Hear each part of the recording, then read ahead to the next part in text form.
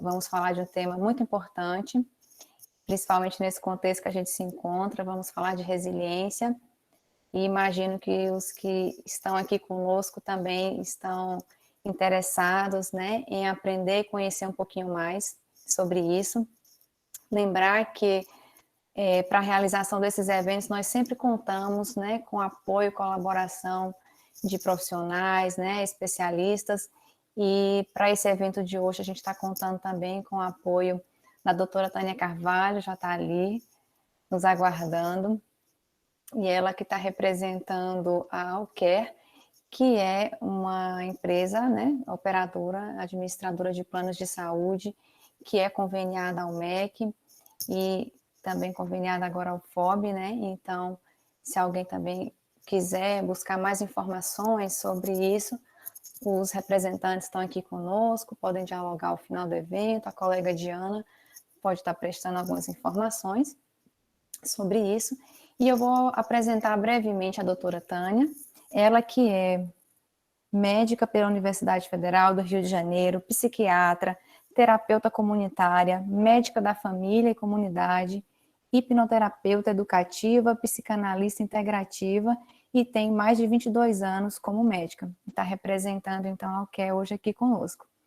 Eu vou passar a palavra para ela, já para ela abrir os trabalhos, iniciar as falas, lembrando a todos também que a gente está muito feliz de estar realizando mais esse evento, agradecer a participação e presença de cada um, contamos com o apoio e presença nos demais eventos também. Temos o chat para que vocês também se coloquem, sintam-se bem à vontade, a gente quer o máximo de participação, interação possível, ficamos muito felizes, sintam-se à vontade para pedir a fala, ligar as câmeras, é muito bom rever alguns rostos, algumas pessoas, né? A gente tem carinho. Então é isso. Doutora Tânia, mais uma vez, obrigada, tá bom? Em nome da UFOB, a gente agradece. Boa tarde, vocês me ouvem bem? Ouvindo, certinho. Maravilha, maravilha. Gratidão, Georgia. É um privilégio poder estar falando para vocês. Essa é a minha missão de vida, trabalhar com promoção da saúde mental. E agradeço ao Alcare por mais uma vez estar aí veiculando, ainda mais um assunto tão relevante que nesses tempos de pandemia, que é fortalecer, dar instrumentos para a saúde mental. Então, esse tema, como desenvolver a resiliência em tempos de pandemia, né, que vocês escolheram, é um tema muito necessário, não só para as pessoas que vão aqui escutar, mas como para as suas famílias, né?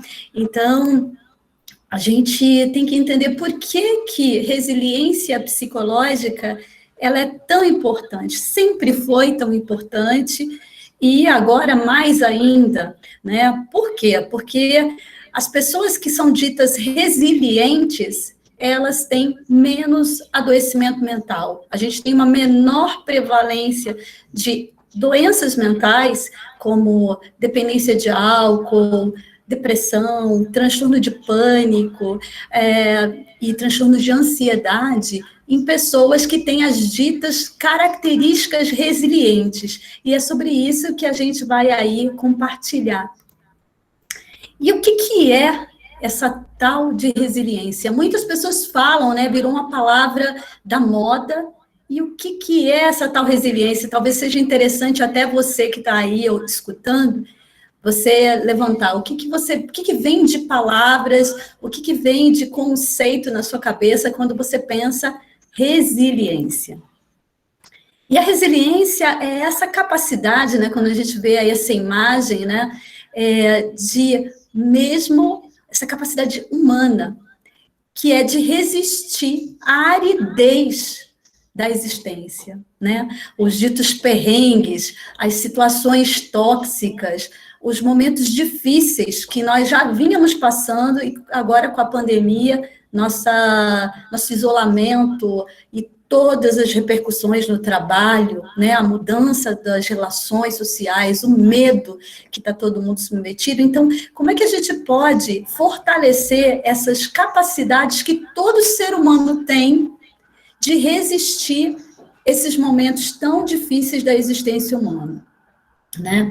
E ainda assim preservar o seu destino original, né? Essa rosa, essa flor aí, né? Que parece um girassol, é uma margarida, não sei ainda.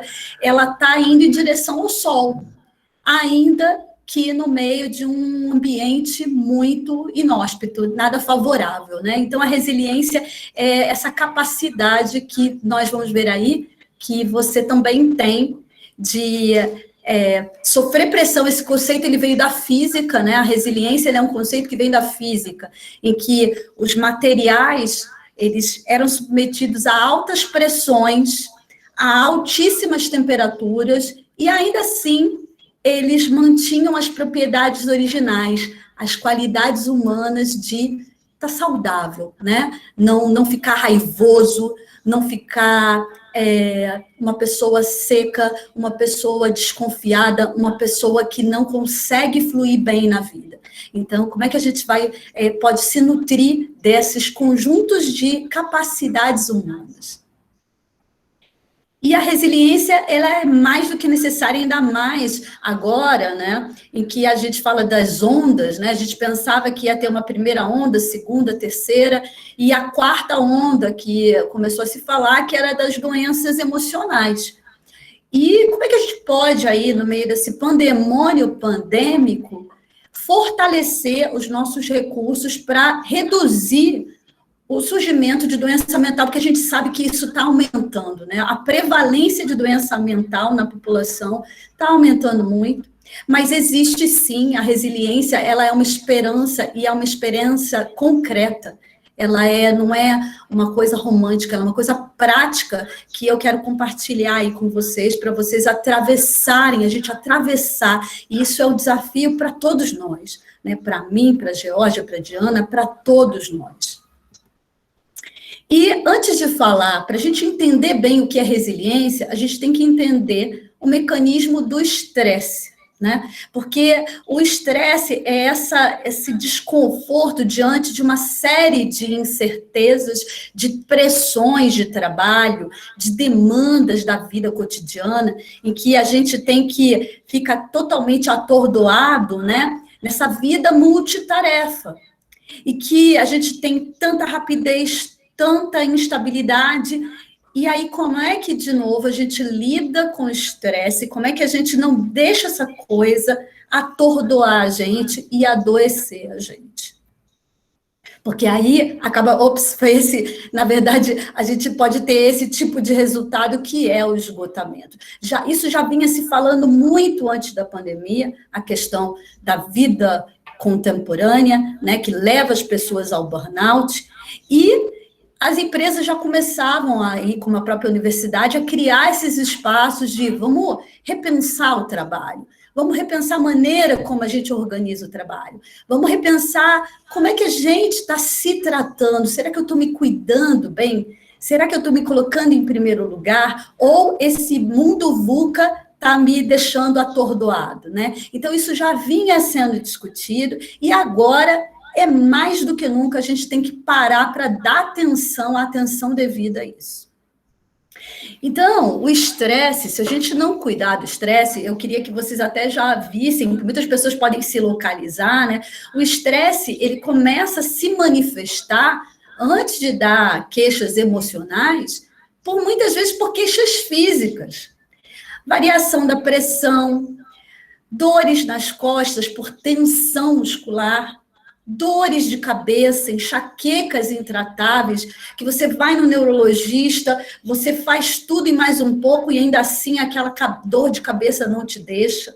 Gastrites nervosas, muitas vezes decorrentes do estresse não reconhecido e não tratado, porque a gente não para falar assim, peraí, eu tenho que desenvolver estratégias para lidar com isso, porque senão esse mundo VUCA te arrasta, né? Tem uma novela que falava assim, né? Arrasta pelo chão da Medina, literalmente vai te arrastando num ciclo de adoecimento, e que aí, muitas vezes, a pessoa começa a desenvolver queixas psicológicas, transtorno de ansiedade generalizado, né? Não começa a dormir, insônia, já fica pensando no amanhã, a dita síndrome do pensamento acelerado, preocupações, até que a pessoa evolui com doença bipolar, depressão. E hoje nós sabemos que a base das doenças mentais não é só uma questão de genética. Hoje se estuda na epigenética que o estresse do ambiente vai favorecer a expressão de genes de doença. Então, muitas pessoas, até que nem têm história familiar, começam a desenvolver doença bipolar. E quem já tem história familiar, esse estresse é um prato cheio para aflorar as doenças emocionais. Então, a gente tem que realmente prestar atenção e esse momento agora, eu gostaria realmente de tocar e mexer com a tua mente, mexer com a tua atenção, para você pensar as estratégias que a gente vai falar aqui. Então, a resiliência, ela é essa estratégia que a gente vai ter que implementar para regular o estresse e para se autodesenvolver como pessoa no meio dessa crise que já vinha crítica e que agora está tremenda. Então, muitas pessoas têm falado isso, né? Essa pandemia, como é que a gente significa esse momento?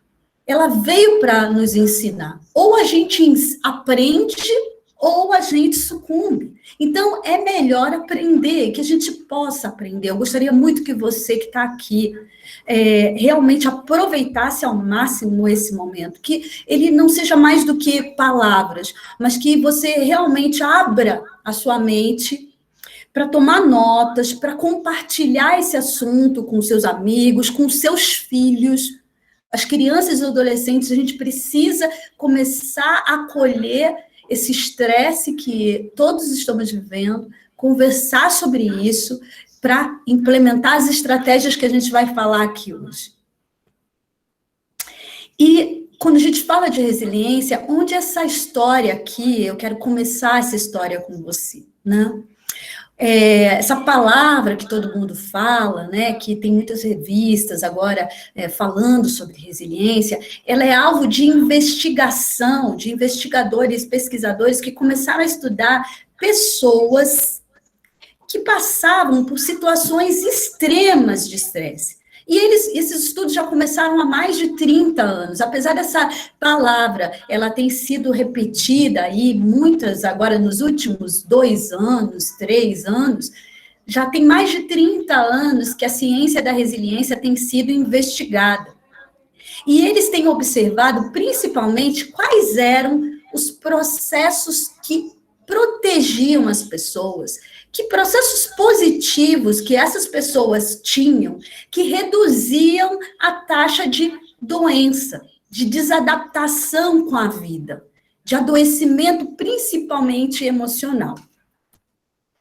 E aí é que começa a parte bem interessante. Eles começaram a ver, por exemplo, adultos que passavam por situações, por exemplo, de guerras, adultos que passaram por situações de terrorismo, nazismo, violência tremenda, tortura, maltrato, carência afetiva de toda a natureza.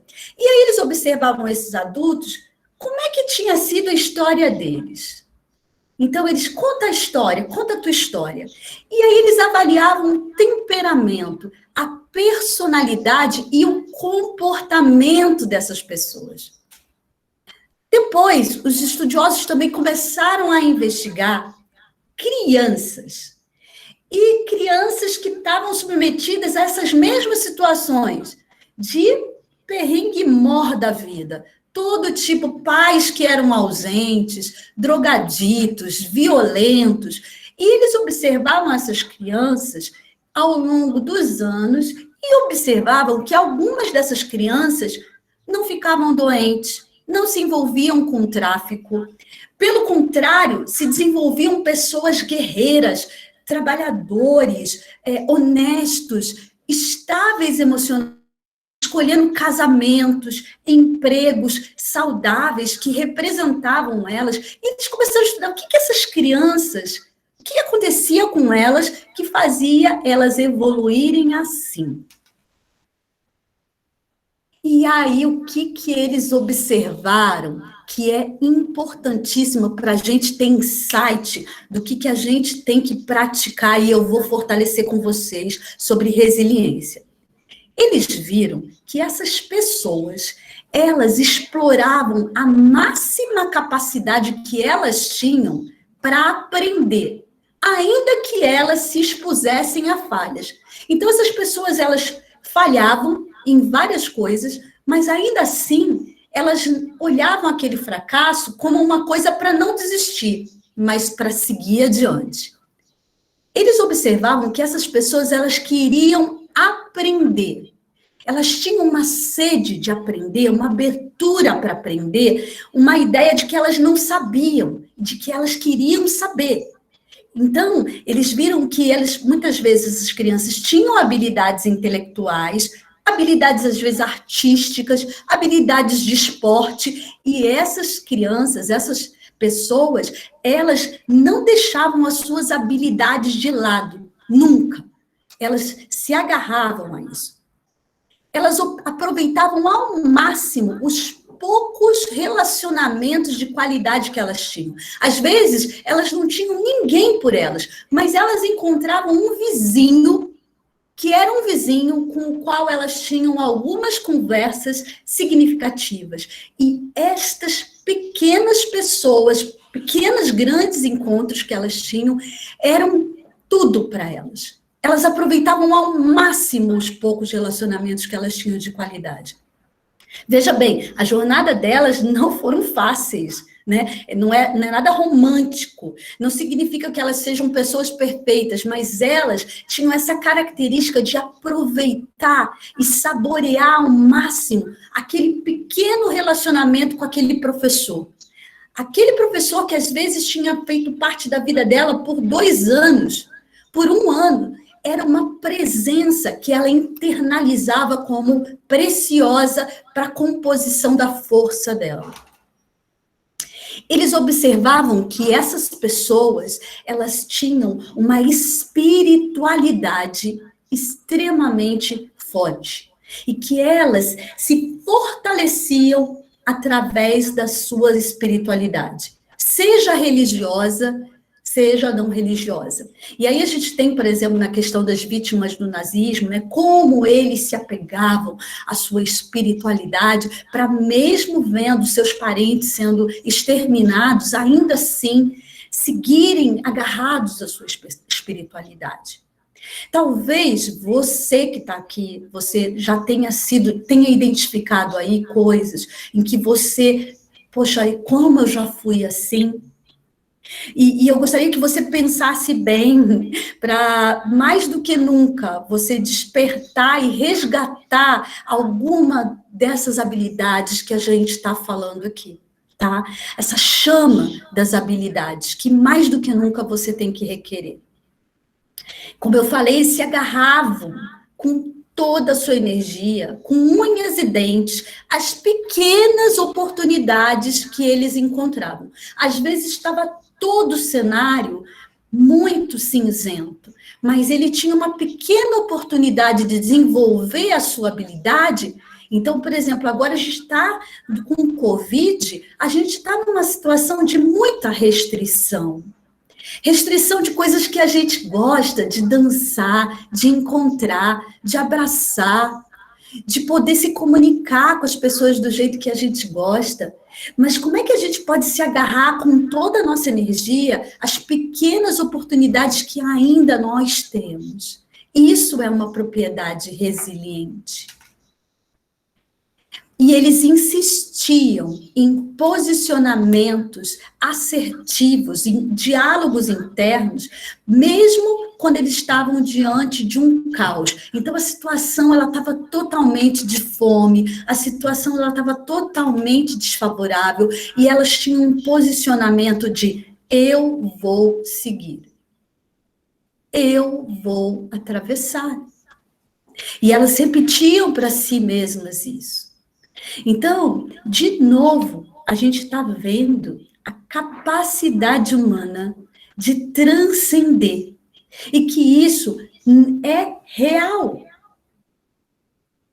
Nas várias décadas que eu tive do trabalho com a comunidade, porque grande parte do meu trabalho foi em Costa Barros, na Pavuna, em Paraisópolis, no Jardim Lourdes, em Indaiá, aqui nas comunidades da periferia de São Paulo, eu presenciei essas histórias de pessoas resilientes, que transformam a si mesmas e transformam a realidade delas a partir desse fomento dessas qualidades de personalidade e de comportamento. E aí a gente está falando em psicologia comportamental.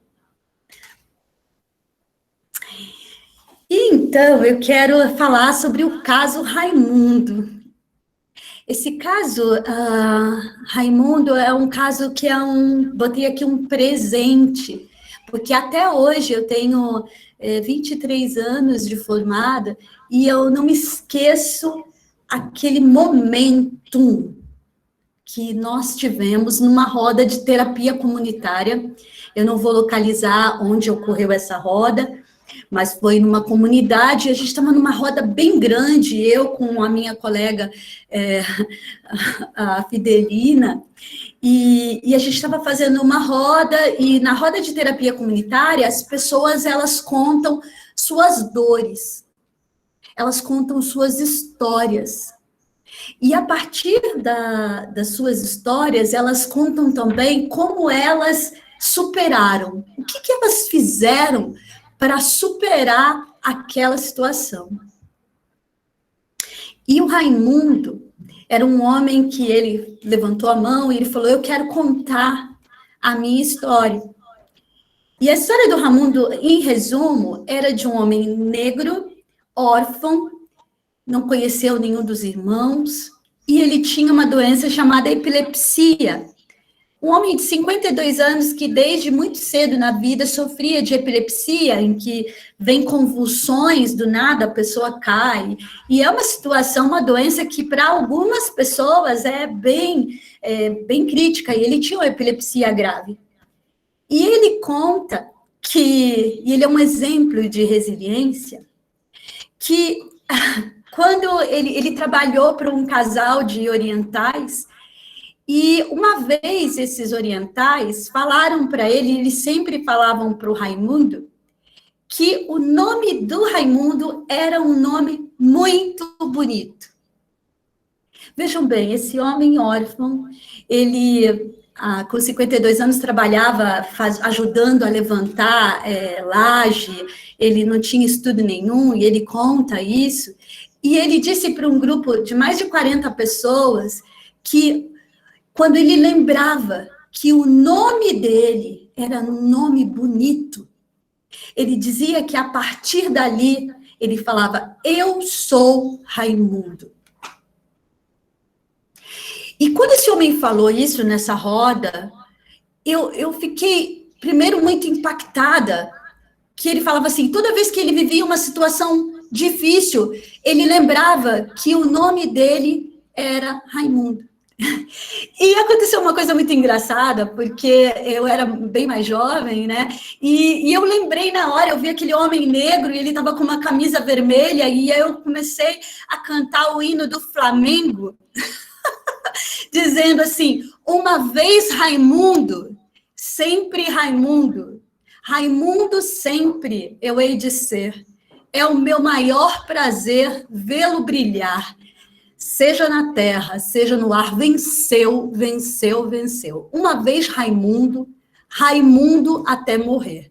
E aí eu fiz porque na terapia comunitária a gente canta, e na hora eu tive essa ousadia de contar isso, né, e cantar, e o Raimundo ficou impactado, e ele começou a chorar, e outras pessoas começaram a chorar, emocionadas, e abraçaram o Raimundo. E eu fiquei pensando muito nessa questão do encontro comunitário. e as pessoas trocaram ali, elas quiseram se conhecer a partir dali, faziam parte da mesma comunidade, mas em pontos distantes. E essa história, esse momento, ele me impressionou muito, tanto pela graça também de eu tirar a música do Flamengo da gaveta, e que emocionou muita gente, e a gente falou dessa importância de você honrar o seu nome, não por qualquer ascendência, mas por você mesmo, e isso ser um ponto, uma alavanca para seguir. As pessoas ficaram bem emocionadas, né? E a gente, naquela época, né, a gente transcrevia as rodas. E eu tenho transcrito as frases que o Raimundo disse. Ele disse assim: eu aprendi, doutora, a viver e eu vivo um dia de cada vez. Esse é um atributo dos resilientes, que é o foco no presente. As pessoas resilientes, e você deve treinar, focar hoje.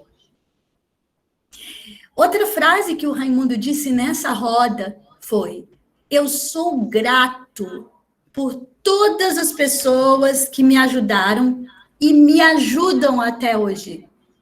As que não me ajudam, quando eu posso, eu me afasto. Quando eu não posso, eu peço a Deus por elas. Essa frase, gente, e a gente precisa ter abertura aprendiz. Ela mostra o exercício da gratidão, a aceitação das coisas que eu não posso mudar e a espiritualidade. Num homem que viveu 52 anos da vida dele, sem os pais, sozinho, não conseguiu uma esposa, porque ele disse que as pessoas, quando viam, ele tinha uma epilepsia muito grave, tinha um dente quebrado. E esse homem dizia, sorria, dizendo isso. Então, isso faz a gente pensar nessa ciência da resistência. Outra frase dele, são muitas pérolas.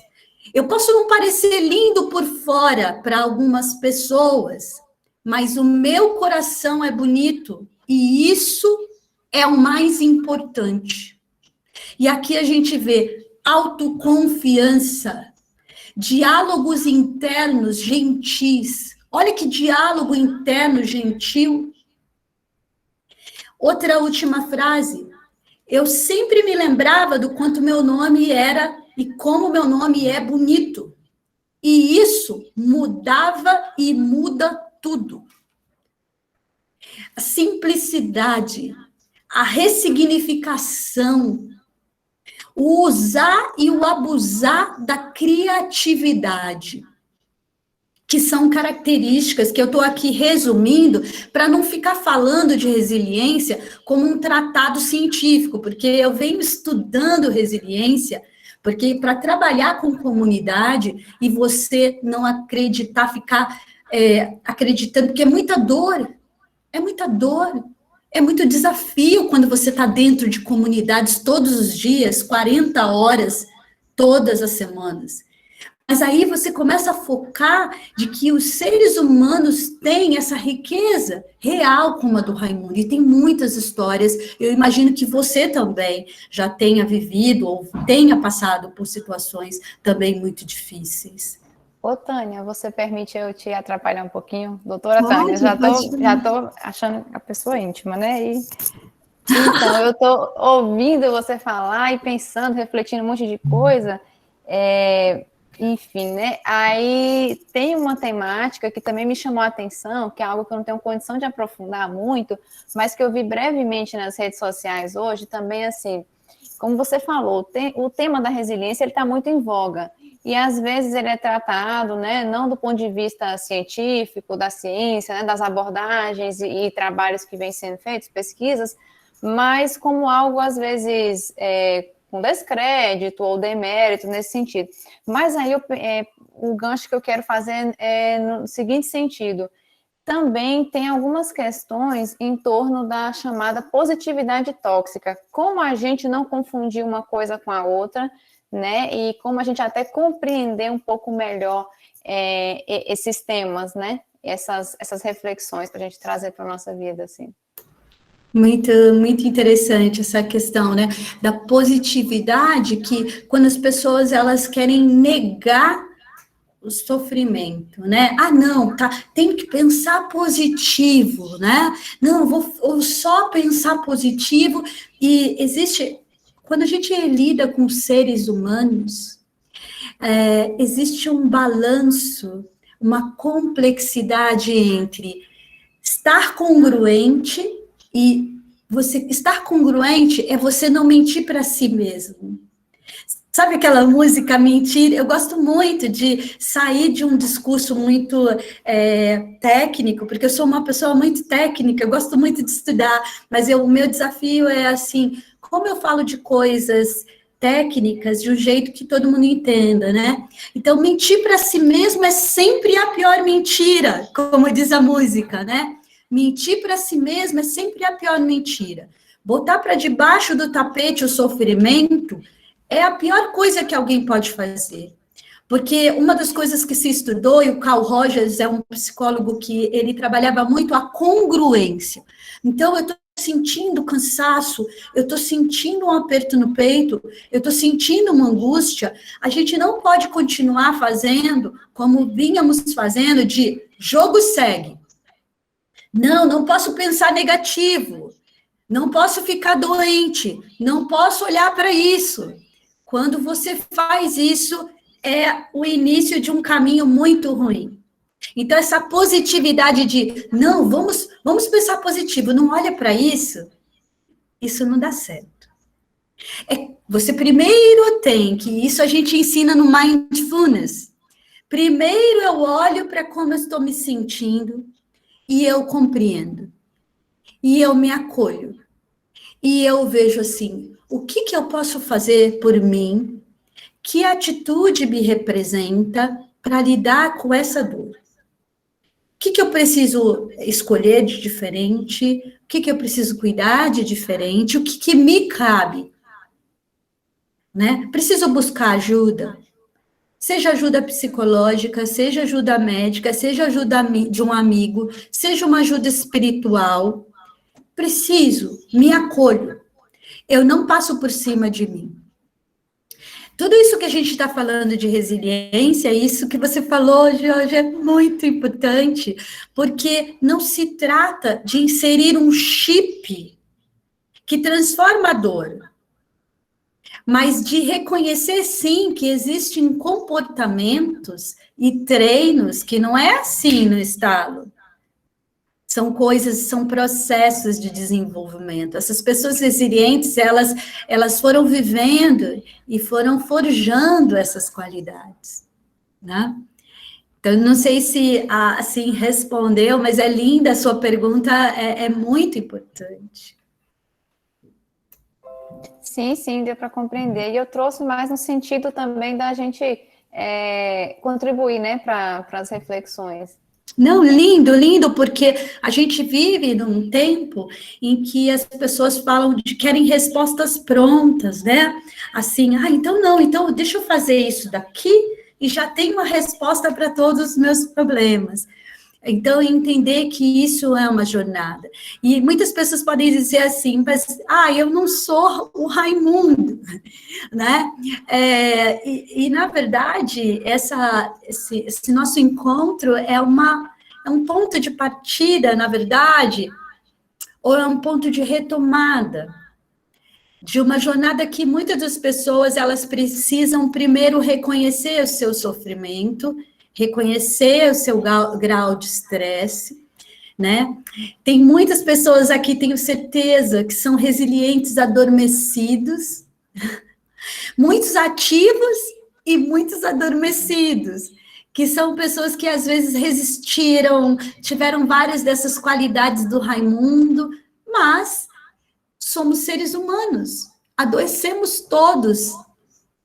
Podemos adoecer, sim. A resiliência, ela é uma resistência ao adoecimento. Mas, principalmente como psiquiatra, eu atendi muitas pessoas resilientes. E que depois deram de novo a volta por cima, né? Eu gostaria que ajudar muito vocês a olharem esses tesouros que a gente vai falar, e como a Georgia falou, esses resgates, esses desenvolvimentos de resiliência, eles não caem do céu, não são pílulas douradas, eles precisam de muitos treinos, e a gente pode aprender isso com a prática. E agora, nessa terço agora da nossa apresentação, eu vou focar nisso, né? Eu vou dar até um site que é uma recomendação, que é o Sea Learning, que é um site que é dedicado ao desenvolvimento dessas habilidades éticas, emocionais, sociais, e esse projeto, Sea Learning, ele é um projeto que serve para professores e para a população em geral, e ele foi em parceria com o Dalai Lama e o Daniel Goleman, e é bem interessante o que a gente pode aprender. É um curso, inclusive, gratuito, de desenvolvimento de habilidades resilientes e de inteligência emocional. Então, vamos lá, vamos falar agora. Eu queria chamar para as pessoas para mapearem a sua resiliência. E eu queria que quem está aqui, né, a gente está com umas 18 pessoas, pegassem um caderno, um bloco, uma caneta.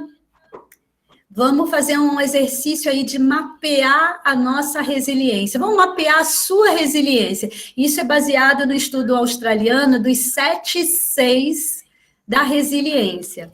Todo mundo pronto aí? A gente vai mergulhar em cada qualidade resiliente e vai ver como é que a gente pode praticar. Todo mundo aí com a canetinha? Deixa eu ver se a galera... Tem poucas pessoas com a câmera aberta, né? Esses pode momentos... sinalizando no chat também, pessoal. Sim, estou vendo aqui a Tamires. Está aí com a caneta na mão. Osmário, perfeito. Então, vamos lá. Primeiro quiz, né? Primeira pergunta é assim, gente. Eles viram que os resilientes, eles focam nas suas competências. E aí eu vou perguntar para você, você sabe qual é a sua maior competência? O que é competência? É aquilo que você faz bem, que você faz, e você faz no flow. É fácil para você. As pessoas falam assim, poxa, como você faz isso bem? Como se cozinha bem? Poxa, como você se comunica bem? Poxa, como você faz cálculo com muita rapidez e certeiro? O que é a sua maior competência? Aquilo que te agrada, que te deixa em téus. Sabe, em téus é cheio de energia, entusiasmo é estar em téus. E em téus olha só como isso é cheio de energia. Em téus. Aquilo que dá bons resultados. Onde você quer que você vá, você traz bons resultados. Você sabe qual é a sua maior competência? Agora, a segunda pergunta é, você usa a sua competência como seu aliado para superar as dificuldades, para viver melhor, para abrir possibilidades de você aprender outras coisas? Por exemplo, isso é uma questão bem interessante. Se você não sabe a resposta, não tem problema, tá, gente? É interessante que se você não conseguiu descobrir a sua maior competência, né? Se você não conseguiu entender a segunda pergunta, como essas questões são questões bem profundas, que a gente trabalha em psicoterapia, né? Não tem problema, deixa aí anotado que isso é um ponto focal para você trabalhar no seu processo de autodesenvolvimento. Porque o que eles viram? Que as pessoas que têm muita clareza das suas competências, elas têm maior clareza nas suas escolhas profissionais, elas têm maior clareza nos seus posicionamentos sociais, elas têm uma maior autoestima, porque elas estão apropriadas das suas competências, elas não minimizam, não reduzem as suas próprias competências. Então, essa questão de você focar na competência é um primeiro exercício prático para a resiliência. Bom dia, Brasil! Acordei, tá? Quem nasceu para chorar foi Viola, nós nasceu para brilhar. Então, é focar em que você nasceu para brilhar e que a sua competência não é menor do que a competência de ninguém. E que a partir... Isso tinha um psiquiatra chamado Milton Erickson. Ele chamava de critério de utilização. O que o Erickson fazia como psicoterapeuta? Ele partia do ponto de competência que a pessoa tinha para fazer uma analogia, ele trabalhava com metáforas para abrir novas habilidades. Então, a partir da habilidade do flow, da habilidade da competência maior, ele trabalhava a partir daquela competência, por exemplo, culinária, outras aprendizagens, outras competências. Então, você conhecer a sua competência vai te fortalecer psicologicamente. Então, se você não tem clareza das suas competências, o coach profissional é bem interessante e a própria psicoterapia. Então, se você não conseguiu mapear coaching e psicoterapia, coaching profissional, tá bom? No caso, para mapear suas competências. Beleza, gente? Posso ir para a próxima C da resiliência? Vamos lá, é a confiança, que é a capacidade de acreditar nas próprias habilidades. Então, o quanto que você tem autoapreço, fé em si mesmo, no seu poder pessoal, né? Quanto que você gosta de você, você é o seu melhor amigo. Porque, gente, se a gente não tem autoconfiança, é muito engraçado, eu tenho um filho de 18 anos que ele fala assim, mãe, você se acha, né? Ele fala assim para mim, né? Você se acha. Eu falo, filho, depois que eu me achei, eu não me perco mais. E isso é uma coisa muito interessante, porque às vezes a gente é ensinado a não ter autoconfiança. E autoconfiança não é arrogância. Quanto mais autoconfiança você tem, mais apreço pelo outro você tem. Porque autoconfiança não é arrogância. Eu do sem filtro mesmo porque eu não preciso disso. Gente, a minha beleza, eu comparo ela muito com o dólar, né? Porque real pode ser. Isso, beleza valorosa. Eu não consigo, vocês sabem. Eu acho muito interessante. Vocês conseguiram ouvir aqui a bonitinha falando? Essa questão do treino da autoconfiança é algo muito, muito importante, né? Deixa eu ver aqui, botem os seus comentários para essas apresentações assim, para mim, são sempre desafiadoras, porque eu saio falando e não consigo ver as reações. O que vocês até agora conseguiram mapear aí? Conseguiram fazer algum mapeamento? Aqui, o Osmário botou assim, você usa... Alguém pode ler para mim? Ele tinha pedido para a gente repetir a segunda pergunta, que eu acho que ele estava tentando compreender um pouquinho melhor, né, Osmário? Se tiver alguma outra questão adicional, você já aproveita, já pode até abrir o microfone que a doutora Tânia já aborda para ti aí.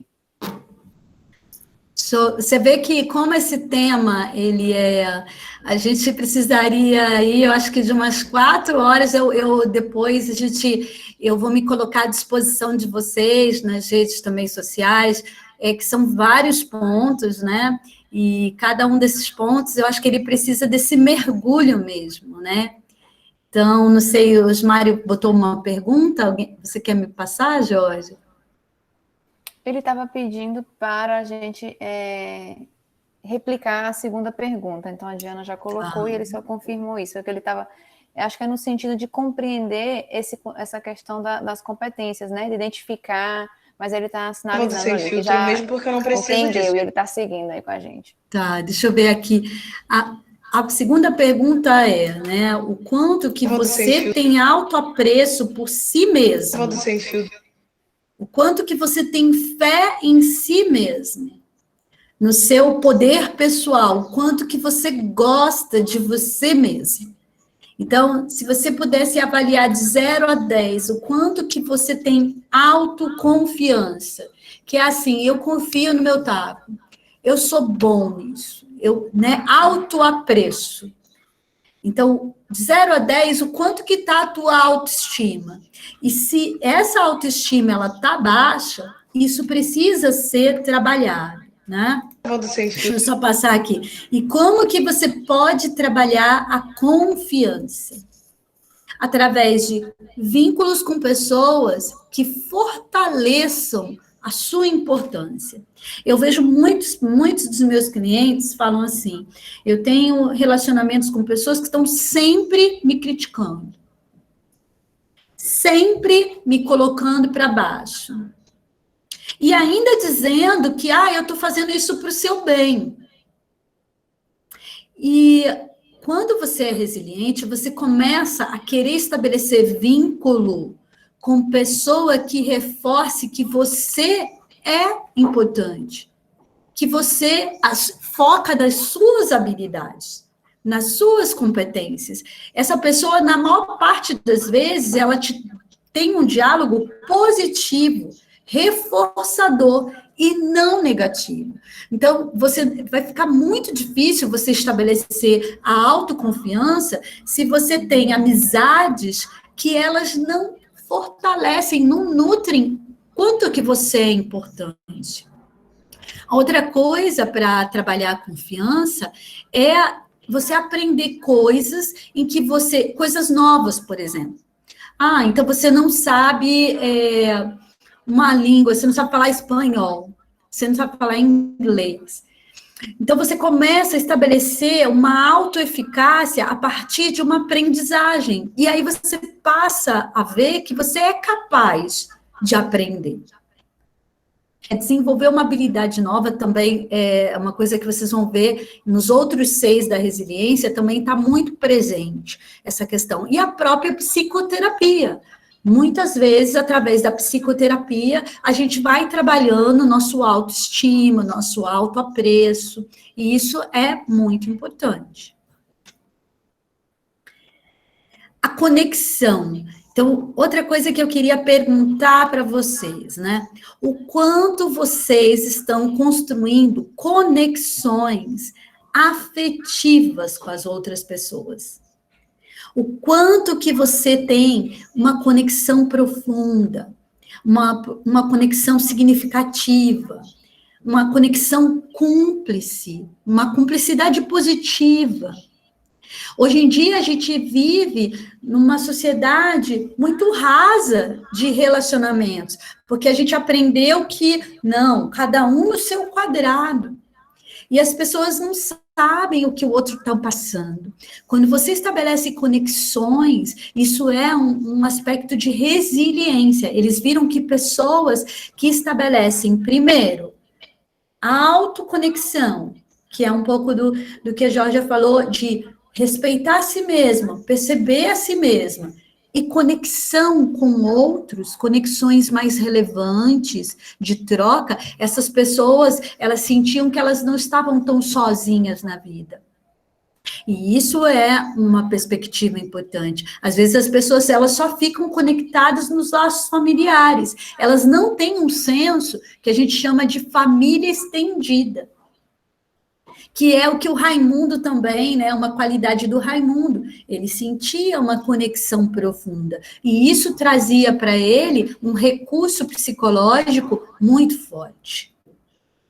Né? Doutora Tânia, eu te interrompendo de novo, quando você trouxe essa fala agora para a gente, aí eu me recordei aqui até de um dos pontos que eu comentei contigo antes da gente iniciar o evento, que é a questão da resiliência, né, no contexto aí das relações familiares e das próprias relações de trabalho, né, que é onde a gente também consegue se perceber muito.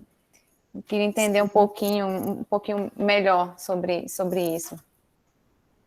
Porque esse é o conceito de família. As pessoas, a gente vive no trabalho uma ideia de que trabalho é trabalho, vida pessoal é vida pessoal, né? Eu não misturo vida pessoal com o trabalho. E aí costuma ter uma confusão, as pessoas começam a ter uma confusão muito grande, que é usar um personagem, elas usam um personagem delas mesmas. Elas não são elas mesmas. Então, elas vão para o trabalho com uma máscara. É muito importante que nós sejamos pessoas.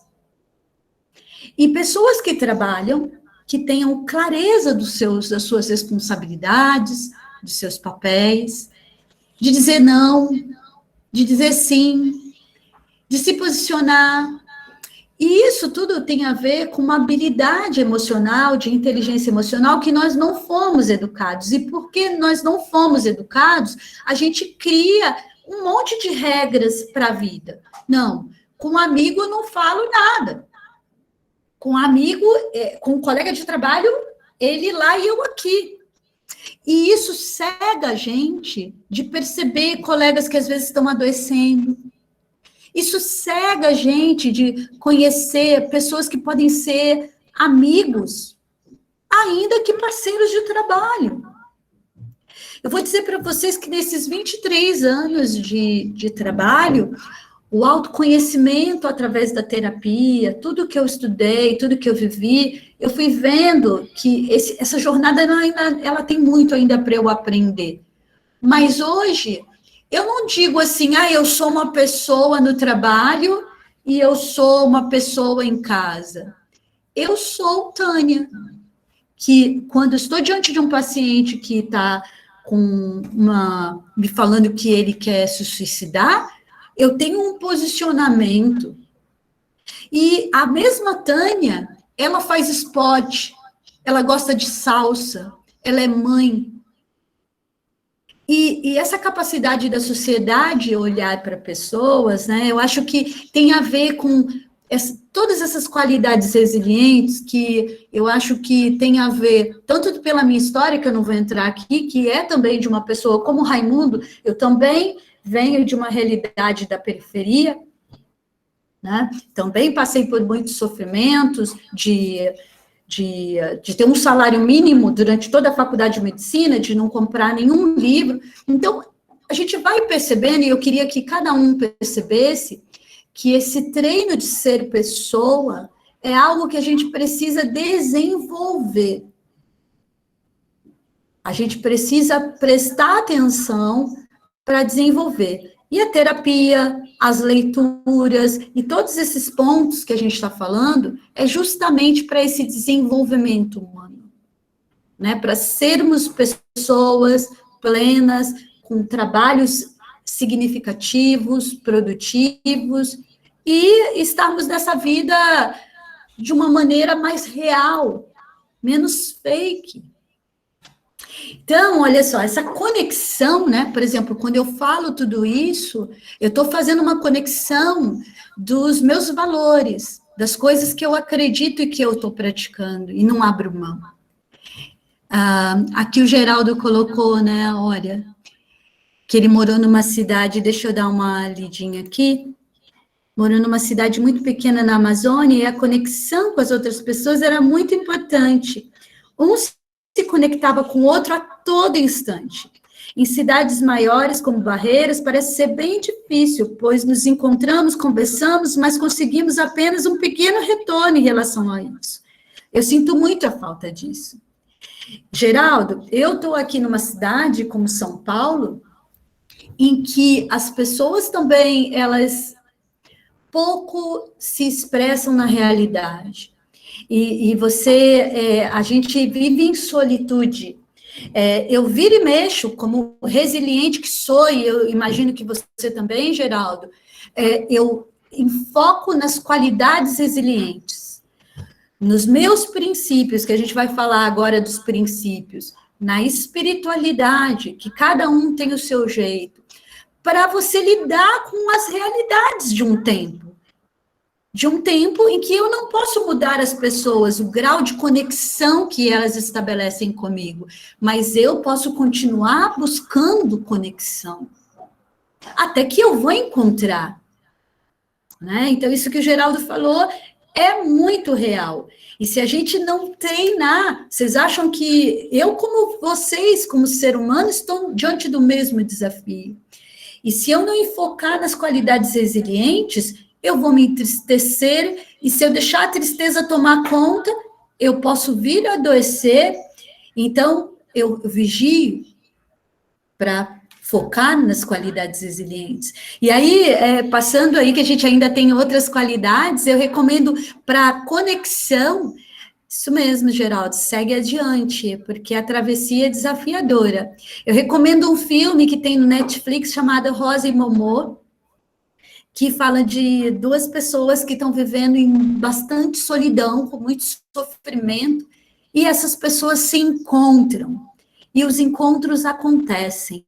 Eu digo para vocês que, mais do que nunca, essa pandemia, mesmo virtualmente, eu tenho estabelecido conexões muito profundas com pessoas de lugares, e ainda digo para vocês, conheci pessoas de outros países, enfermeiras, médicos, psicólogos, pessoas, artistas, escritores.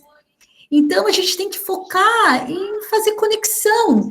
Logo isso vai passar, e eu que gosto muito de estar fisicamente junto, se tiver a oportunidade de ainda estar, vou me encontrar com essas pessoas. Então, foca no que pode, no que a gente pode estabelecer de conexão. E eu digo para vocês, eu estou muito surpresa com quanta gente interessante existe nesse mundo. Né? Faça café virtual com as pessoas. Não deixa a semana passar sem você se conectar. As pessoas no home office, elas não estão conseguindo criar disciplina para parar. Para, gente. Estabelece uma rotina, planeja. De manhã, você vai tomar café. Você vai fazer um autorrastreio. Eu faço muitos exercícios assim com os meus clientes, de ensinar eles a fazerem. Aterriza várias horas do dia, faz autoconexão, cria tempo para você se conectar com as pessoas que você diz que você gosta. Você diz que você gosta da amiga da Mariana, você diz que você gosta do João, e você passa a semana inteira sem falar com o João, só no WhatsApp, bom dia, boa tarde, conversa, dedica 30 minutos para conversar com quem você diz que você gosta, toma um café, e isso nutre o espírito, isso nutre a mente, principalmente se for uma pessoa que é uma conexão saudável, uma pessoa que você dá risada, uma pessoa que faz você pensar aberto. E isso é fundamental. Isso não são palavras, isso aí muda a vida da pessoa, a sua vida. Então, eu vou seguir aqui, deixa eu ver aqui o meu próximo slide. Esse tema eu ficaria algumas horas falando com vocês, sem dúvida. A questão só um gancho, que é o seguinte, essa última parte que você comentou, né, do home office, tem sido realmente um desafio para a gente, né, que nos encontramos nesse cenário desde que a pandemia começou, e também temos tentado abordar algumas dessas temáticas nos nossos eventos, né, como um objetivo de reflexão conjunta e tá levando informação e orientação também para os servidores. E aí a gente também tem no segundo momento do ciclo, né, uma outra palestra que também vai focar um pouquinho isso aí. Então, aproveitando que a doutora Tânia já introduziu, e a gente vai ter a oportunidade também de aprofundar isso logo mais, né? Já fica a dica para os colegas continuarem conosco nos demais momentos. Maravilha. Vou seguir, né, teve uma pessoa que eu acho que é o Geraldo tinha falado que ele consegue fazer conexão com pessoas de qualquer idade. É porque quando tem abertura, né, Geraldo, a gente não vê essa questão, você quer se comunicar, você quer se conectar. Anota aí, gente, e o caráter? Caráter, muitas pessoas falam, ter caráter é não roubar, né? É ser honesto. Mas a gente está falando aqui caráter como a capacidade de não abrir mão dos seus valores e dos seus princípios morais. E você se nutrir dos seus princípios, dos seus valores, diuturnamente. Então, o que é isso, gente? Você, que aí eu queria que você anotasse, você tem claro quais são os seus valores? Por exemplo, se eu perguntar para você, quais são os seus valores? E quais são os seus valores inegociáveis? Aquilo que você fala assim, isso daqui não, isso eu não abro mão.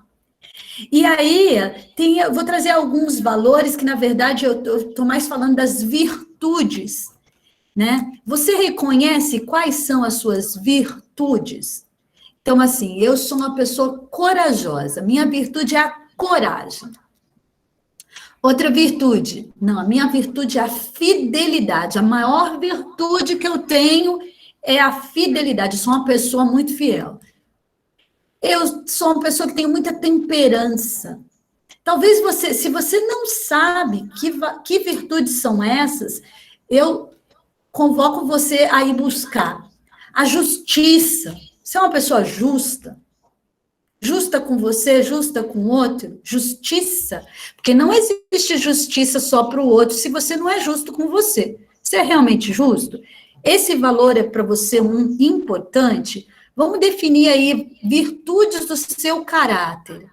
Porque talvez nesse processo de mergulho, você perceba que você não está explorando o máximo a virtude que você acha mais bonita em você.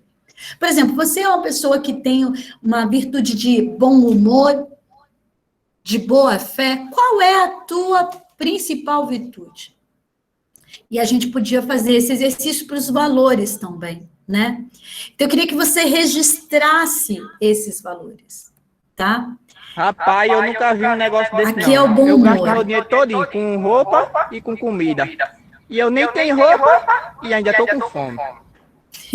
Aqui foi só uma brincadeirinha para ver, por exemplo, a característica muito forte dessa personagem, né, dessa menininha, é o bom humor, né?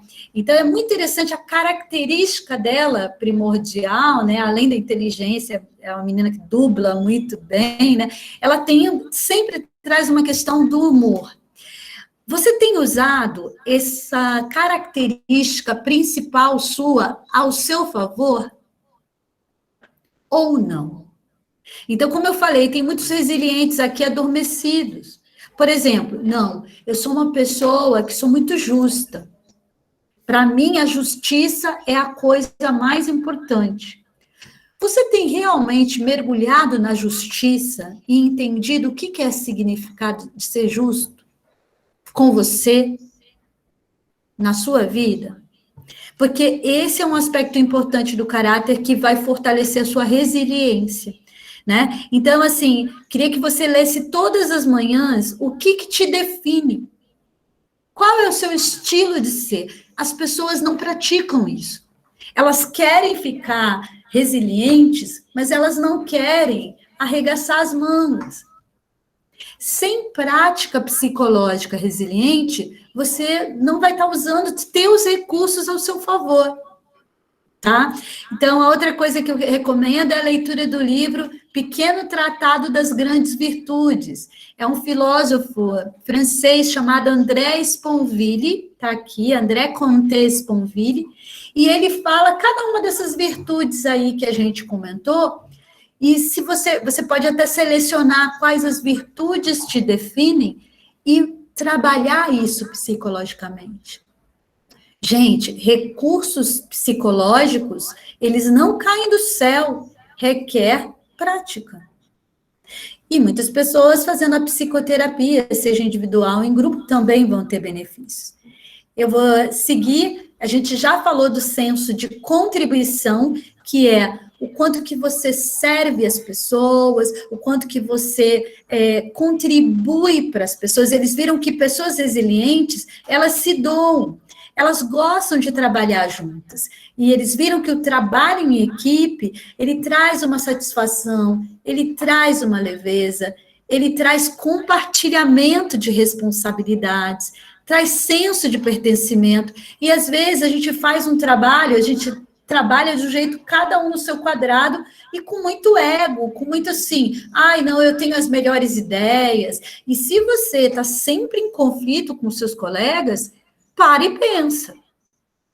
O que você tem que fazer de diferente? Porque o outro é a cabeça do outro. O que te cabe fazer para que você contribua no trabalho? E o outro vai escolher ou não contribuir. Então, é assim, é muito importante ter esse senso de contribuição, seja no trabalho, seja fora do trabalho. Se você não consegue no trabalho ter esse senso de participação, de equipe, então procura outras atividades que você possa doar suas qualidades, seus talentos, pelo menos para você ter essa satisfação do trabalho conjunto, tá? Então, trabalhos comunitários, outra coisa que ajuda muito esse senso de contribuição é o treino das comunicações não violentas, né? Porque existe todo um treino de comunicação não violenta que ajuda muito a gente a lidar com pessoas difíceis, com colegas que são violentos, com colegas que são, às vezes, insanos nessa coisa da disputa. Então, como é que você se posiciona, aprende a dizer não, aprende a colocar a sua opinião sem pular no pescoço dele? Então, é o treino das comunicações não violentas, né? Que torna a gente menos doente também. Saber dizer não, então, controle. Então, você sabe dizer não? Você sabe dizer não? Aqui eu vou parar. Você sabe dizer para o seu chefe, olha, aqui não, até aqui eu faço. Isso foi para mim, por exemplo, eu venho praticando muito mindfulness, né? E treino de comunicação não violenta, fiz o treinamento. É você praticar. Primeiro dizendo para você, isso aqui não. Isso aqui eu vou parar. Não, até aqui é o meu limite.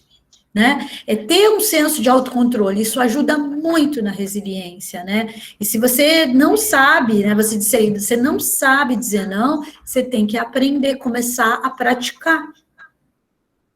Não sou obrigada a nada, não sou obrigada a nada, não sou obrigada a nada. Ai, fala oi, fulano, não sou obrigada. Por que não sou obrigada a satisfação também? Ai, faz isso, não sou obrigada. Por quê? Também não quero falar o porquê. Depois que eu descobri que eu não sou obrigada a nada, meu amor, eu não sou obrigada a nada. Ó, vou repetir para vocês não esquecerem. Não sou obrigada a nada, não sou obrigada a nada, não sou obrigada a nada. Ai, fala oi, fulano, não sou obrigada. Por que não sou obrigada a satisfação também? Ai, faz isso, não sou obrigada. Por quê? Também não quero falar o porquê.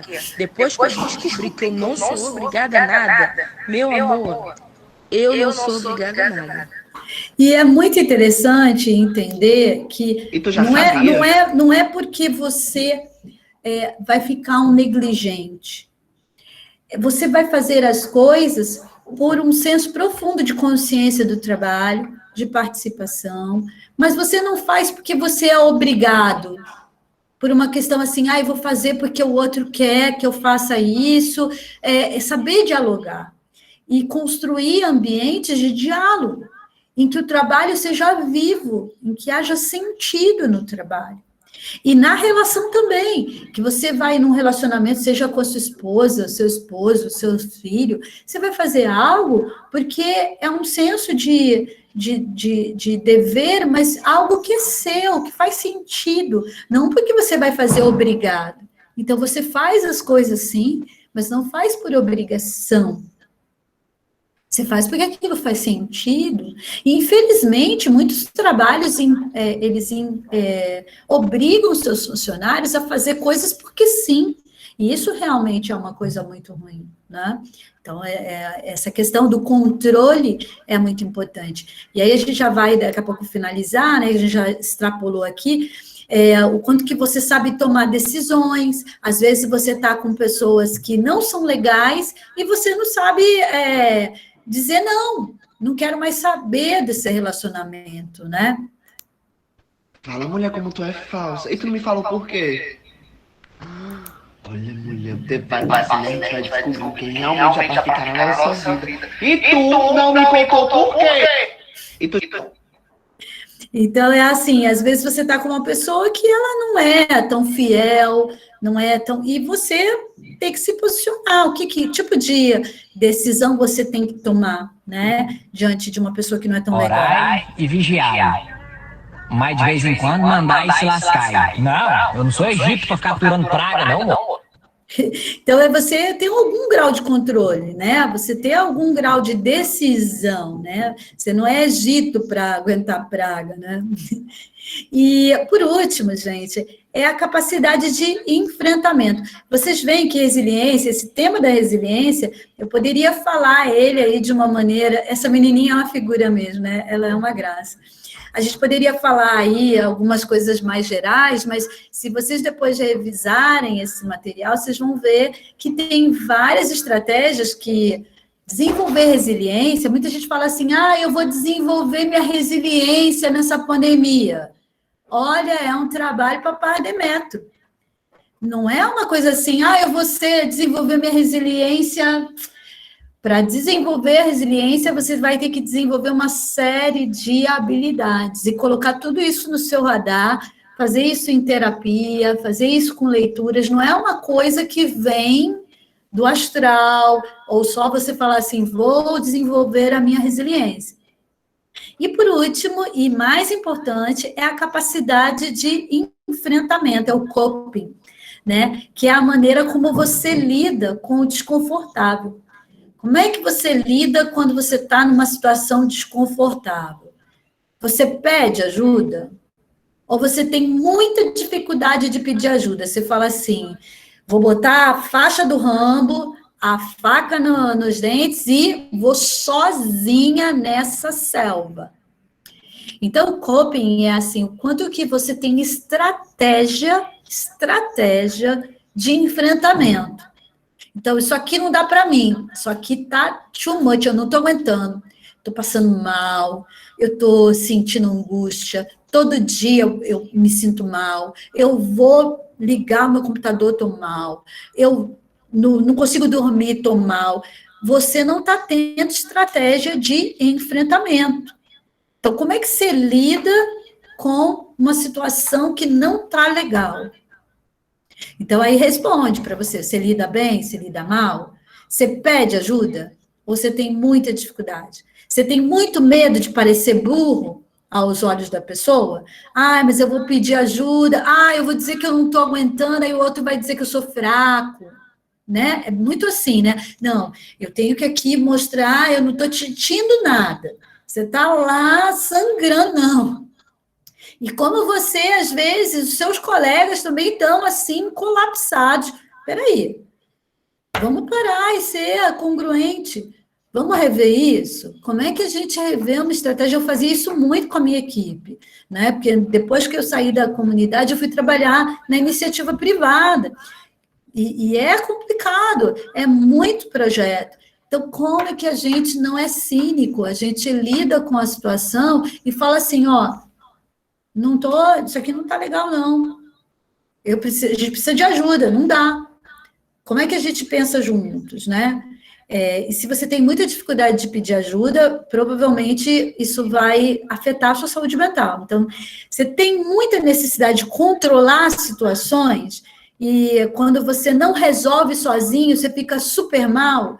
Você tem que resolver, por exemplo, te dão um desafio que é para, 5 pessoas resolverem. Aí você fala assim, não, eu tenho que dar essa resposta. E aí você fica super mal quando você não resolve. Então, a sua estratégia de enfrentamento não está legal. Então, muita gente está sofrendo disso agora. Eu tenho muitos pacientes que precisam desenvolver estratégia de enfrentamento, que tem a ver com se posicionar, né? E estratégia é dizer para o outro também, né? Então, as pessoas resilientes, elas não se importam de não saber, de lidar com a frustração de não conseguir, de perder, de fracassar numa tarefa, mas ele continua dizendo assim, não, eu tenho competência. A questão é, vamos pensar isso junto, vamos pedir ajuda. Ele é estratégico, então, vocês estão tendo estratégias? Se vocês não têm, vocês vão ter que aí começar a pensar terapia, pensar comunicação, como que você faz uma comunicação mais assertiva, às vezes aprender um novo hobby, que seja uma coisa que você não saiba nada, para você experimentar assim, poxa, eu não sei, eu estou numa situação que eu não sei, e aí eu vou ter que lidar com a exposição, eu vou ter que lidar com uma situação que eu não sei fazer, eu fico duro, por exemplo, vou aprender a dançar. Pô, mas eu sou duro, eu vou passar vergonha, eu não sei fazer isso. Só que quando você começa a se expor a isso, você começa a desenvolver assim, poxa, eu tenho que aprender a me posicionar, a fracassar e aprender. E isso desenvolve a sua estratégia de coping. Caríssimos, são muitas habilidades, e aí a gente já falou, né, do mindfulness. Mindfulness é maravilhoso, além de tudo isso que a gente falou, e é ter atitude de aprendiz, né, ser como uma atitude de estudante, né, de ser um eterno aprendiz. Se a gente continuar fazendo mais do mesmo, a gente não vai desenvolver a nossa resiliência, tá? Tá todo mundo no mesmo barco, submetido a muito estresse. E deixa eu aqui pausar, só para contar para vocês a história desse João, e a gente já vai finalizar a nossa apresentação. O João, ele tem uma história muito peculiar de resiliência, e aí eu fiz um resuminho aqui para todos nós sermos presenteados. Ele tem que ter paixão, e ele tem que ter um propósito firme em transformar a realidade da pessoa, do indivíduo, mas também transformar a realidade da coletividade. O João, ele reúne todos esses atributos. Essa aqui foi o trecho, uma carta que eu compartilhei nas redes sociais. Acredito que se eu não tivesse essas dificuldades, não estaria me graduando em medicina. Curso foi elitizado na sociedade. Mas a vida apenas está começando. O aprendizado sempre continua e nada é como antes. O João, ele, não sei se vocês já viram, essa história é real, né? Um rapaz que tinha, sei lá, acho que uns 9 irmãos, os pais analfabetos. E ele, aí, tem um depoimento da professora, contando que ele, desde muito cedo, lutou muito, os pais passavam fome para alimentar os filhos, e ele insistindo, ele teve uma professora com a qual ele se conectou muito, que foi um estímulo para ele seguir adiante, e ele conseguiu passar em medicina, não comprou nenhum livro, né, e se formar. E assim como João, todos nós temos essa capacidade, só que a gente se torna adulto e a gente acha que a gente não tem mais nada a aprender, que a gente está pronto. E esse aprendizado, ele não vem, né, do nada, ele vem de terapia, leitura, de um trabalho, né? E é isso que eu espero ter tocado aí, né, o coração de vocês, que vocês conversem com seus amigos, seus familiares. Eu estou no Instagram, gostaria de, se eu puder compartilhar, posso compartilhar meu Instagram? Olá. À vontade, doutora Tânia. Aqui, ó, tem o meu e-mail, tem o Instagram, que é o Saúde Mental Integral. E seria muito bom receber vocês no meu Instagram, vocês mandarem, né, a gente continuar a nossa conversa lá, né, porque eu trabalho muito com essa questão do estilo de vida, além, obviamente, de orientar sobre o adoecimento, eu trato muitas pessoas, né. Então, gratidão demais por esse momento, e espero que tenha sido significativo para vocês. E se você quiser, Jorge, abrir aí para as perguntas. Sim, já estou abrindo, né? Já lembro aos colegas que esse espaço, ele é nosso, né? Ele não é um espaço o meu ou da Progep, né? Ele é um espaço nosso, que o intuito é isso, é de informação, é de troca, é de partilha. Muito interessantes as informações que a senhora traz, né? E eu acho que é isso, tem que ser uma construção também, né? A gente sabe que, às vezes, um evento como esse, a natureza desse evento, ele não dá conta de esgotar, né? Esses temas, eles são todos, assim, muito complexos e exigem um olhar cuidadoso, né? Então, a gente não consegue esgotar, mas a gente pensa que, ao se debruçar um pouquinho, né? Se dedicar um pouco e ter esse espaço para essa abertura, a gente pode estar contribuindo, né? Como foi um pouco da sua fala, no sentido da contribuição. eu mesmo estava brincando com as colegas, né, até antes aqui do evento, falei, hoje eu estou buscando toda a minha resiliência para estar aqui com vocês nesse momento.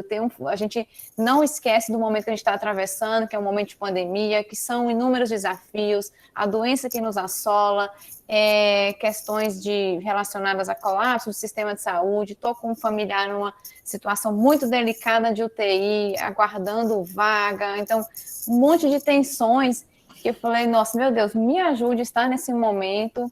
E, assim, saio daqui, né, ao sair daqui, logo mais, também vou sair com um pouco mais de leveza de ver que a gente pode estar focando, relembrando, trabalhando, porque eu acho que é isso aí. Mas, às vezes, eu falo e os colegas se intimidam de falar, eu peço que falem, que compartilhem, né, a gente está aqui e temos um tempinho e tem um espaço para vocês. Ai, que é desafiador mesmo, né, Georgia? E eu desejo que aí o seu familiar tenha uma evolução melhor possível. E eu acho que muito, mais do que nunca, a nossa espiritualidade, eu vejo a maior parte dos meus pacientes negligenciando a espiritualidade. E espiritualidade não é só religião, sabe? Tem a ver com algumas coisas que a gente falou sobre nossos valores, sabe? O quanto que a gente tem que pegar, igual o Raimundo, assim, eu sou Geórgia, quais são os meus valores? Quais são os meus princípios? E se agarrar, sabe, a eles, criar, eu vejo que as pessoas mais simples que eu conheci e que me ensinaram coisas, assim, muito, muito profundas sobre a simplicidade de ser. E nós ficamos muito eruditos, corticais, e a gente fica aqui pensando, e eles praticavam coisas, sabe? Então, eles botavam o joelho no... Assim, eu não sou religiosa, mas isso me inspira muito. Quando os meus pacientes falavam assim, doutora, eu botava meu joelho no chão, e com aquela religiosidade que ele tinha, né? E cada um do seu jeito, sabe? Eu não estou falando que existe um modelo copia e cola, cada um do seu jeito, com seus valores, faça treinos cognitivos também, de olhar para o que é rico para você. E dedicar tempo para aquilo fortalecer o coração, a mente, entendeu? Nós somos seres psíquicos, seres emocionais. E se a gente não fizer esse treino, essa força de atravessar não vem do nada. Né? E aí eu queria que vocês fossem falando comigo, né? Só para a gente ter um pouquinho de feedback do que vocês sentiram aqui. O que vocês foram sentindo? A abertura, né? Sinalizar aqui que o pessoal gostou muito, está dando muitos parabéns, inclusive perguntando quando vai ter o próximo momento com a senhora, a doutora Tânia, Mônica mesmo. E eu me vi em muitos momentos no que você falou, né? Inclusive nessa parte das conexões fortes. Inclusive, a minha conexão com o Geórgia, acho que se estabeleceu e ficou mais forte ainda durante a pandemia. Apesar de a gente já ter uma amizade anterior, né, uma proximidade, acho que isso me ajuda muito, as amizades. A gente percebe essa falta, mas como é possível também tentar driblar em alguns momentos, né, por esses meios digitais. E que essa questão da resiliência não é uma questão contínua, né? Como se a pessoa fosse forte o tempo todo, e que isso também acho que pode trazer até um desgaste para a pessoa, de falar, eu fraquejei nesse momento, que ele considera uma falha, né, e falar, então eu não sou forte, eu não sou resiliente, mas na verdade é que nem a senhora estava colocando, é uma questão a ser trabalhada, né, as pessoas não nascem resilientes e nem tem isso no momento todo, né, então eu acho muito interessante, e como a senhora também traz muitos livros e indicações de filmes também, acho muito legal, porque também tenho lido um pouco a respeito disso e penso que a gente às vezes associa algumas questões, alguns erros a um fracasso, mas na verdade é tentar se observar como seres falíveis, né, passíveis do erro, e que agora eu posso estar um pouquinho mais triste, um pouquinho mais down, ter errado naquele ponto, mas a minha resiliência na verdade vai me trazer para cima no momento seguinte, né, que é não desistir mesmo.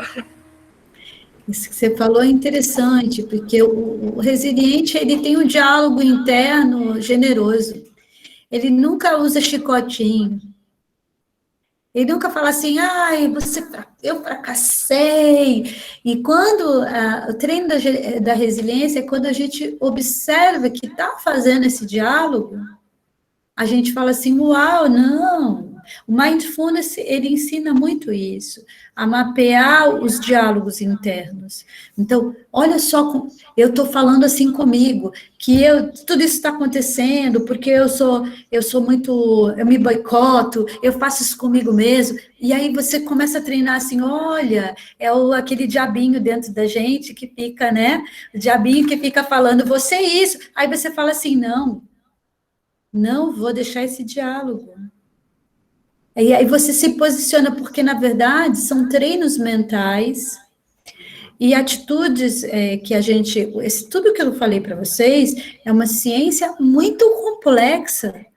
Quando eu falei desses 7, 6, é por isso que eu brinquei com vocês assim, depois eu revendo a minha apresentação, né, como eu sou muito perfeccionista, eu quis botar, mas essa ciência, a gente teria que fazer um workshop, assim, sabe, para trabalhar cada uma e aí cada qualidade ser praticada, quais são os elementos dessa prática, né?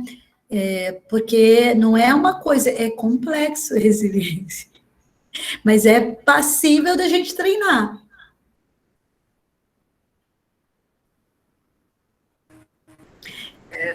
Só fala me faz pensar no síndrome do impostor, né, às vezes, né, que a gente sempre está se cobrando muito, mas uma frase que eu tenho muito em mente é assim, seja gentil sempre, você nunca vai se arrepender.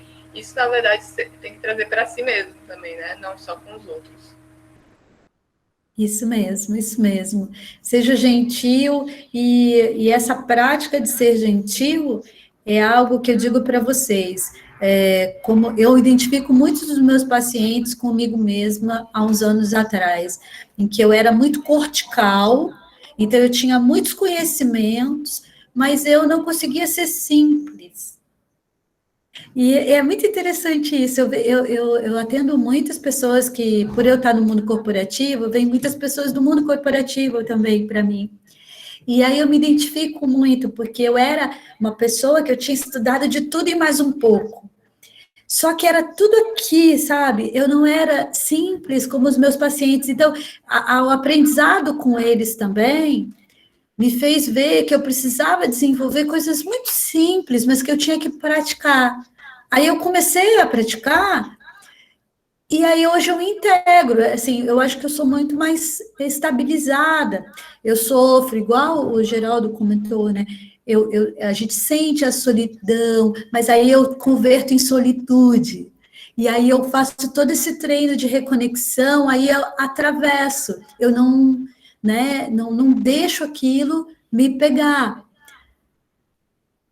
Mas que bonito que a gente conseguiu aí passar isso. E eu gostaria demais, gente, que vocês que estão aqui, a Bruna, a Luana, eu estou vendo aqui alguns nomes, Geraldo, a Maria, o Osmário, que se vocês se conectarem comigo, porque fora esse momento, eu não sei o que vocês sentiram, né? Que histórias vieram, então se conectem comigo para eu saber, porque para mim é muito importante, né, saber o que ficou para vocês.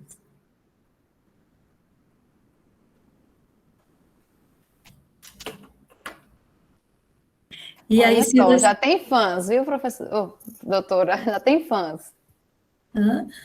Já está com fãs. A Mônica já está relatando ali, ó, que ela falou que você não tem pacientes, tem fãs. É porque realmente a gente, ao falar disso, né, eu estou na condição aqui de receber, né, essas informações também, acho que a gente acaba se conectando, a gente se vê, né, através dessas questões todas.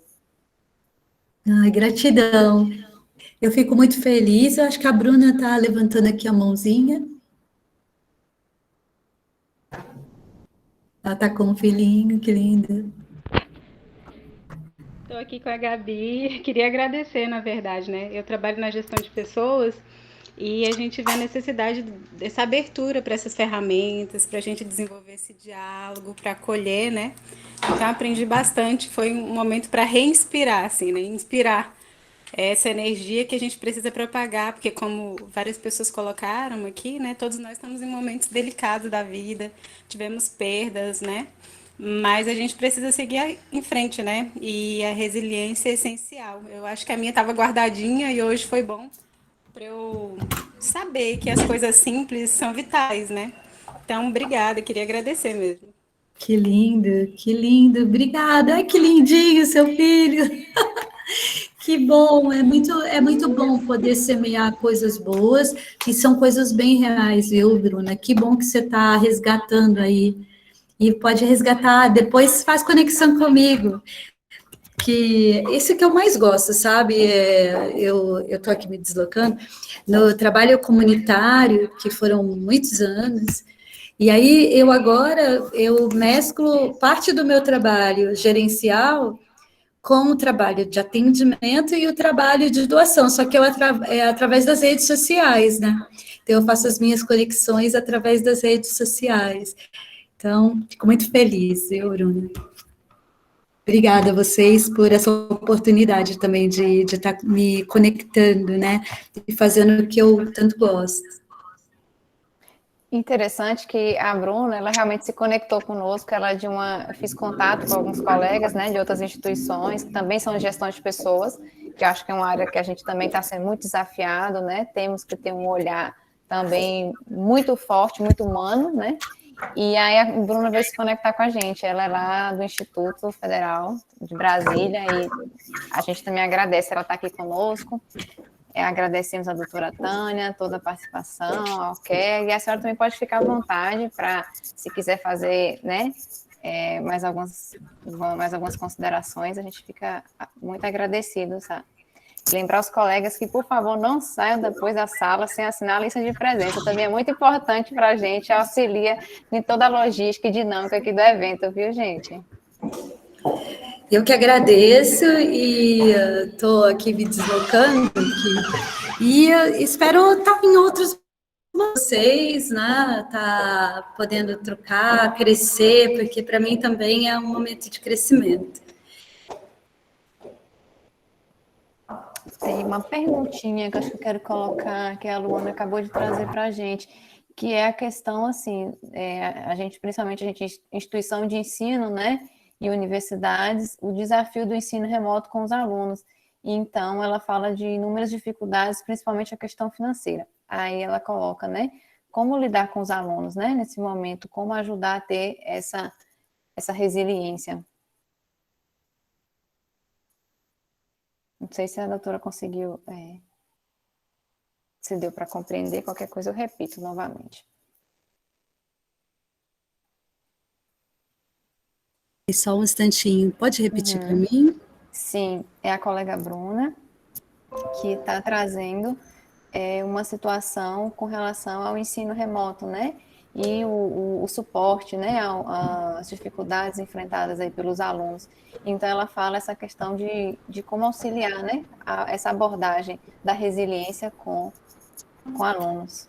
Eu acho que é desenvolver bastante as atividades grupais, nos grupos virtuais, trabalhando muito essas características, e aí tem o C-Learning, que até eu compartilhei o site, ele inclusive, ele tem toda uma metodologia de trabalho com crianças e adolescentes. Então, o C-Learning é uma iniciativa do Dalai Lama, que é chancelado pelo Dalai Lama, com Daniel Goleman, que fala justamente sobre as habilidades socioemocionais, éticas, que trabalham a resiliência. Então, é todo um treino, na verdade, é todo um programa que, para realmente a gente trabalhar cientificamente a resiliência dos jovens, ele inclusive fornece esse treinamento gratuitamente. Então, é bem interessante entrar lá no C-Learning, né, como fala C de ver, né, Learning, que é dessas habilidades socioemocionais, éticas. Então, lá tem todo um programa, inclusive, de comunicação não violenta, de expressão dos sentimentos, né, de congruência, tudo que a gente falou é um compilado de habilidades de comunicação, de expressão, de sofrimento, de acolhimento, de suporte socioemocional, ainda que virtualmente. Então, estruturar um programa assim para os, né? Isso não é uma coisa que basta um encontro, né? Então, precisa planejar uma iniciativa de encontros. O treino do Mindfulness, o próprio Mindfulness, ele tem um programa que é um programa de 8 semanas, tem programas abreviados, que eles viram que também jovens que se submetiam a esses programas de treino Mindfulness tinham menos adoecimento mental. Então, o Mindfulness também trabalha várias das coisas que a gente falou. A congruência, técnicas para se acalmar, comunicação interna não violenta, né? Dizer sim, dizer não, autocompaixão, né? São várias coisas no Mindfulness, por isso é que o Mindfulness tem tido essa fama, na verdade, é porque o Jon Kabat-Zinn, que criou, que ele ganhou o prêmio Nobel, para vocês terem, de medicina, o Jon Kabat-Zinn, o criador do Mindfulness, porque realmente ele tem uma metodologia que é bastante eficiente para a redução das doenças mentais, da prevalência, né, a partir desse treino. Então, a gente vai ter que utilizar muito dessa ciência comportamental aplicada em programas, né? Então, dedicar mesmo, criar esses espaços para fazer esse trabalho com jovens. Muito bacana, muito interessante, que eu acho que realmente isso pode vir a agregar para todos nós, né? Eu acho que em todas as áreas aqui. E a Luana já está agradecendo ali, viu?